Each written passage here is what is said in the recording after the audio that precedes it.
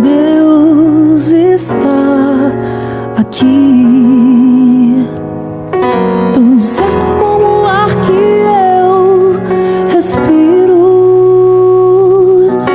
tão certo como a manhã que se levanta, tão certo como eu te falo e podes me ouvir. Bem-vindos ao canal da Vida, o trigo mais fino, para mais uma exposição das riquezas insondáveis do Deus Triuno. Hoje, a gente vai mergulhar um pouco nos ensinamentos de alguns ministros sobre as vidas dos patriarcas lá de Gênesis, né? Abraão, Isaac e Jacó. A ideia deles é olhar para essas histórias não só como relatos antigos, mas como um quadro vivo da nossa própria jornada espiritual, sabe? E do propósito eterno de Deus. Exatamente. A visão central que eles apresentam é que essas três vidas juntas mostram a experiência completa do crente. Começa com a fé, passa pela graça que sustenta e chega na transformação que completa o processo. E tudo isso nessa leitura reflete o plano maior de Deus, o Deus triuno, né? Pai, Filho e Espírito, de se forjar em nós, na humanidade, para ter a sua expressão. Vamos ver como isso funciona? Legal. O ponto de partida que eles usam, baseado em Gênesis 24, é bem interessante. O desejo do pai, que seria Abraão ali, de achar uma noiva para o filho, Isaac, que é uma figura de Cristo. Mas o que me chamou a atenção é o papel do Espírito Santo nisso tudo. Sim, ele é visto ali na figura do servo mais velho de Abraão, né? É o Espírito quem, digamos, executa o plano do pai. Ele vai buscar essa noiva Rebeca, representando a igreja, lá na parentela de Cristo, que é a humanidade. E um detalhe que esses ministros destacam é a sede do servo. Já ouviu falar disso? A sede? Explica melhor. Apontaria para o anseio do próprio Espírito por essa união, a união de Cristo com a igreja. É bem profundo, né? Nossa, sim. E os presentes que o servo leva? Às vezes a gente foca muito nisso, nos presentes. Verdade, mas a interpretação dada é que o servo mostra as riquezas de Cristo, os presentes, não para Rebeca se apegar às coisas, sabe? Mas para ela se apaixonar pelo dono das riquezas, o próprio filho. Ah, faz sentido. Despertar o amor por ele. Exato. E a resposta dela, eu irei, mostra essa entrega voluntária, né? A disposição. O foco final nessa visão é a satisfação do filho de Cristo que encontra sua noiva amada. Então, essas três vidas, Abraão, Isaac e Jacó, elas são como se fossem fases de uma única jornada espiritual. Uma coisa só. Isso, essa é a proposta. Começa com Abraão, ele é chamado, é justificado pela fé. Paulo fala muito disso em Romanos 4, né? Mas ele também representa, assim, a fase inicial, com falhas, com aquelas tentativas humanas, tipo Ismael, que não vem de Deus, a carne agindo. Entendi. E Isaac, que vem depois, qual o papel dele nessa figura? Isaac, segundo esses ensinamentos, ele representa o desfrute da graça.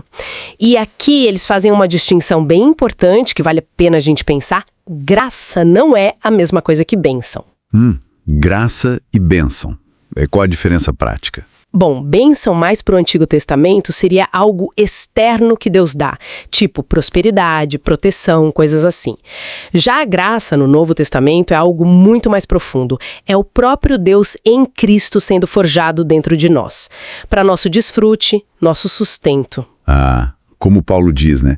Pela graça de Deus sou o que sou. Exatamente, 1 Coríntios 15:10.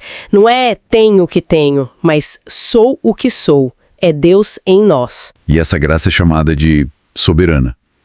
Por quê? Soberana porque ela não depende do nosso esforço, da nossa espiritualidade fabricada, sabe? Não depende do nosso merecimento. Ela opera mesmo quando a gente está fraco, até no meio do sofrimento. Lembra do espinho na carne de Paulo, lá em 2 Coríntios 12? Lembro, sim. É Deus agindo em nós, apesar de nós. É a soberania dele em ação. Ok. Aí chegamos em Jacó. Ele parece simbolizar a parte talvez mais difícil, né? A da transformação. Sim, Jacó ilustra muito bem a transformação que vem pela disciplina contínua do Espírito Santo. A vida dele é um exemplo claro da eleição soberana de Deus. Como diz lá em Romanos 9:11, né, que a escolha foi não por obras, mas por aquele que chama, para que o propósito de Deus prevalecesse. Certo. E o objetivo dessa disciplina toda é o que eles chamam de transformação metabólica.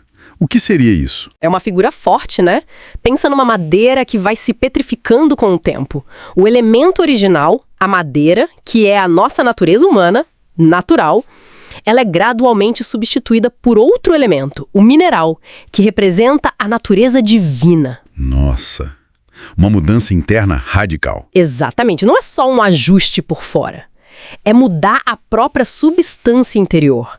O objetivo é nos tornar pedras vivas, como 1 Pedro 2,5 fala, para a construção da casa espiritual de Deus. Entendi. E qual seria o sinal de que Jacó chegou nessa maturidade? A capacidade dele de abençoar a todos no final da vida. Até mesmo o faraó. Ele alcançou um nível de maturidade espiritual que completa o quadro que começou com Abraão.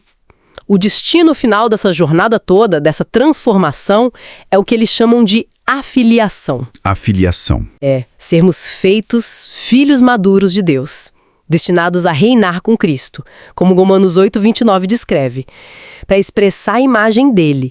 É algo grandioso. Muito bom. Trazendo isso tudo para a nossa vida hoje, qual a principal implicação prática dessa visão? O foco da vida cristã muda sim. O foco principal deixa de ser talvez a busca só por felicidade aqui na Terra ou por bênçãos materiais. E passa a ser essa transformação interior para que a gente possa expressar a Deus. O nosso destino final não é só um lugar, tipo o céu, mas é uma pessoa, o próprio Cristo formado em nós. E como a gente busca essa transformação? Quais os meios que eles apontam? Bom, os meios incluem: primeiro, permanecer conectado ao que eles chamam de fluir divino, lá no nosso espírito. Amar a Deus acima de tudo, né? Alimentar o espírito com Cristo na palavra, como se a gente comesse da árvore da vida mesmo. A comunhão também entra aí. Com certeza. A comunhão com outros crentes é fundamental. E talvez o mais difícil para a gente aceitar. A disciplina de Deus, o trabalhar dele nas circunstâncias da vida. A Bíblia inteira, de Gênesis a Apocalipse, é vista como a história dessa edificação de Deus. Ele construindo a morada dele, a Nova Jerusalém. E os materiais? Somos nós, transformados. Ouro, pérolas, pedras preciosas, como o Apocalipse 21 descreve. Cada um simbolizando um aspecto dessa obra divina em nós. Que perspectiva! Exploramos hoje, então, essa leitura bem específica sobre a jornada espiritual que a gente pode ver nos patriarcas. A fé que inicia com Abraão, a graça soberana que sustenta em Isaque e a transformação divina que nos completa em Jacó. Tudo para o propósito eterno de Deus. Exato, e fica talvez uma reflexão para a gente, né? Se a nossa vida é esse processo de edificação divina, onde Deus nos molda, nos trabalha como material precioso para a casa dele, mesmo com todas as nossas falhas, como isso muda o jeito que a gente encara as lutas, o sofrimento, o próprio crescimento? O que significa de verdade ser ouro, pérola ou pedra preciosa nas mãos de Deus? Uma pergunta profunda mesmo, para a gente continuar pensando. Agradecemos a companhia de todos nesta análise das riquezas insondáveis do Deus triuno.